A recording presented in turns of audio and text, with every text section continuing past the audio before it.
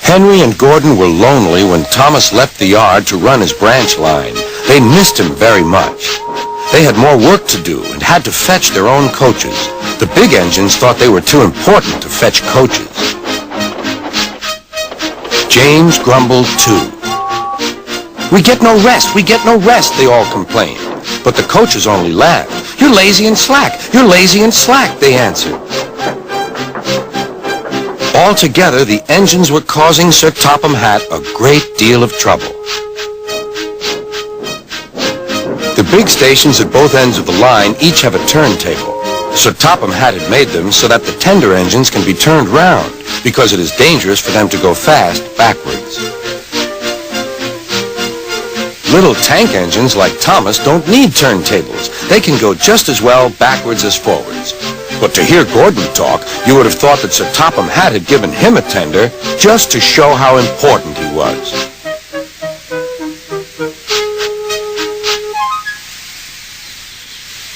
"You don't understand, little Thomas. We tender engines have a position to keep up.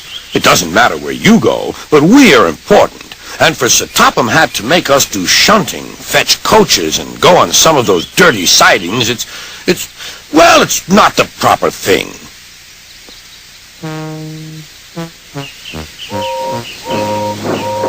Thomas chuckled and went off with Annie and Clarabelle. "Disgraceful," Gordon hissed as he ran backwards to the turntable.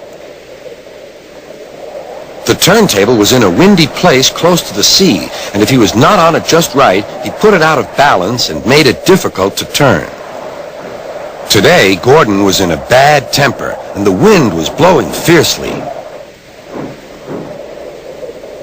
His driver tried to make him stop in the right place, but Gordon wasn't trying.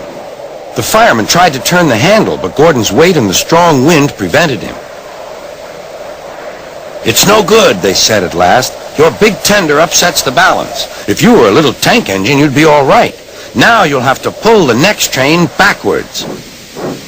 "Look," called some boys, "there's a new tank engine." "Oh, it's only Gordon back to front." "Hello," called Thomas. "Playing tank engines? Sensible engine. Take my advice. Scrap your tender and have a nice bunker." Gordon said nothing. Even James laughed when he saw him.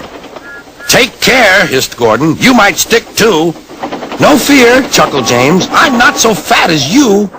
"I mustn't stick," thought James. He stopped on just the right place to balance the table. It could now swing easily. Gordon arrived in time to see everything. James turned much too easily.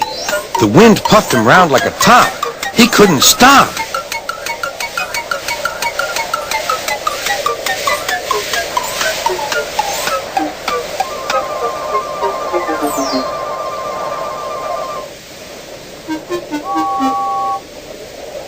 "Well, well," said Gordon. "Are you playing roundabouts?" Poor James, feeling quite giddy, rolled off to the shed without a word.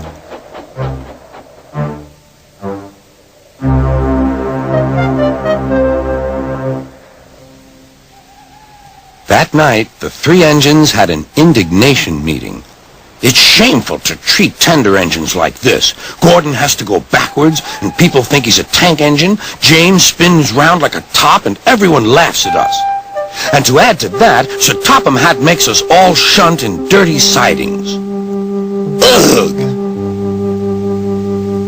"Listen," said Gordon. He whispered something to the others.